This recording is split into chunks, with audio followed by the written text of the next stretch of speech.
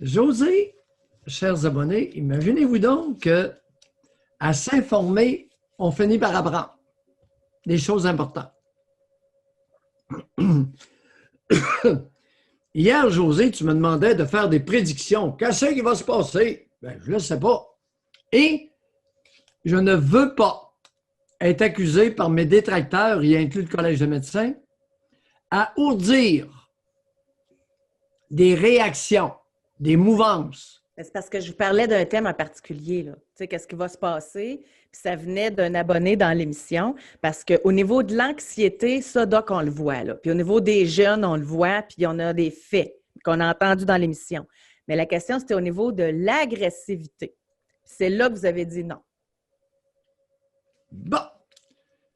Après lecture, chers abonnés, depuis une semaine, et je lis un article dans la Presse Plus, 6 octobre 2020.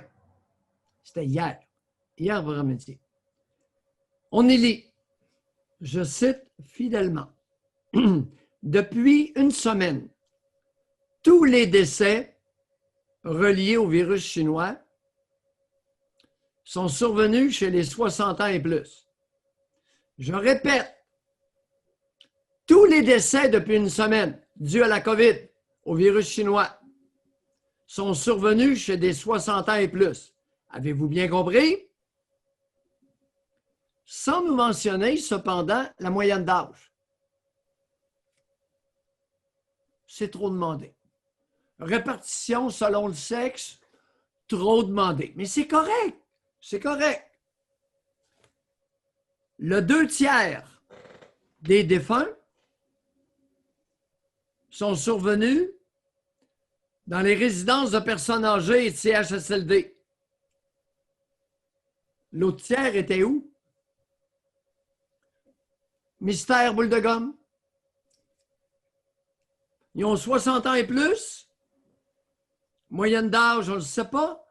2/3 des défunts du COVID, depuis une semaine, habitaient dans des résidences pour personnes âgées ou des CHSLD. L'autre tiers, aucune idée où il était. On nous apprend, écoute bien ça, est bonne. La moitié des infections, maintenant on change de braquette là. On était dans les morts. Là, on tombe dans les infections. La moitié, 50% des infections sont survenues chez des moins de 50 ans. Et là, on nous apprend qu'imagine-toi donc que les 20 à 29 ans représentent 16,3% de ces infections. Là, je me suis mis, j'ai relu. La moitié des infections, 50%, ont moins de 50 ans. Et là, on nous annonce tonitruantement que les 20 à 29 ans, 16,3%. Si je sais calculer comme du monde, ça veut dire qu'il y a 43,7%, 44% qui ne sont pas dans le groupe d'âge des 20 à 29 ans. Ils sont où? On va présumer qu'ils sont en quelque part. OK. Peut-être chez les 30 à 50.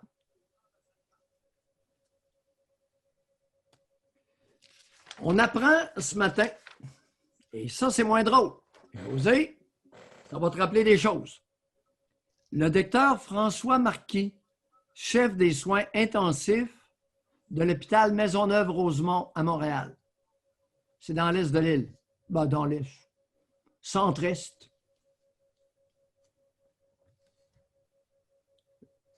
Je lis.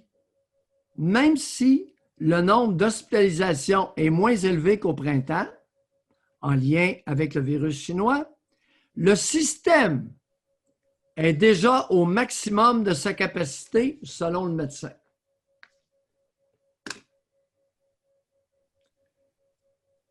José, tu m'as entendu dire une couple de fois, deuxième vague, il n'y aura pas grande surprise.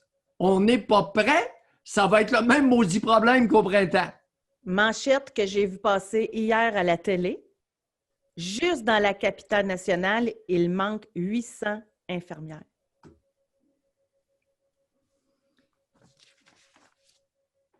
Dois-je rajouter que notre ami, le ministre de la Santé, Christian Dubé, va avoir un méchant problème sur les bras.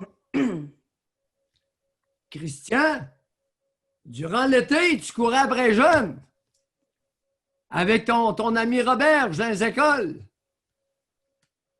C'est pas là qu'est le problème. J'aurais envie de sacrer.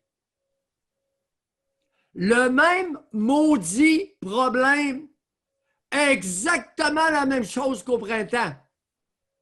Vous êtes où, le gouvernement?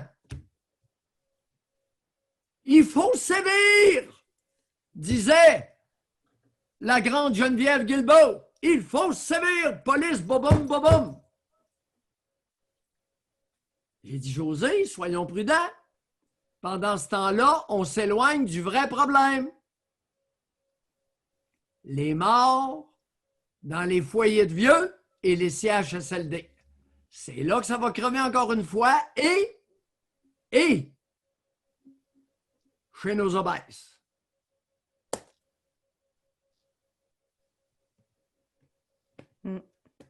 Plus ça change, plus c'est pareil, dit le dictat. Les abonnés, je vous écoute et toi aussi, José, évidemment.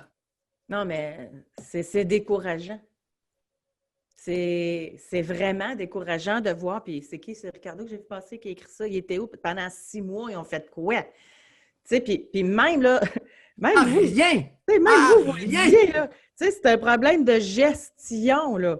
Là, ils ont eu le temps de se dire, puis ils nous ont tellement fait peur, si vous ne faites pas attention, on va avoir une deuxième vague. Fait que ça leur aurait pas sauté dans la face que, on est donc bien surpris, il y a une deuxième vague, on ne s'attendait pas à ça. Hey, tous les jours, ça se peut qu'il y ait une deuxième vague, on regarde ce qui se fait ailleurs. Fait qu'ils devaient se préparer. Et on fait quoi comme préparation?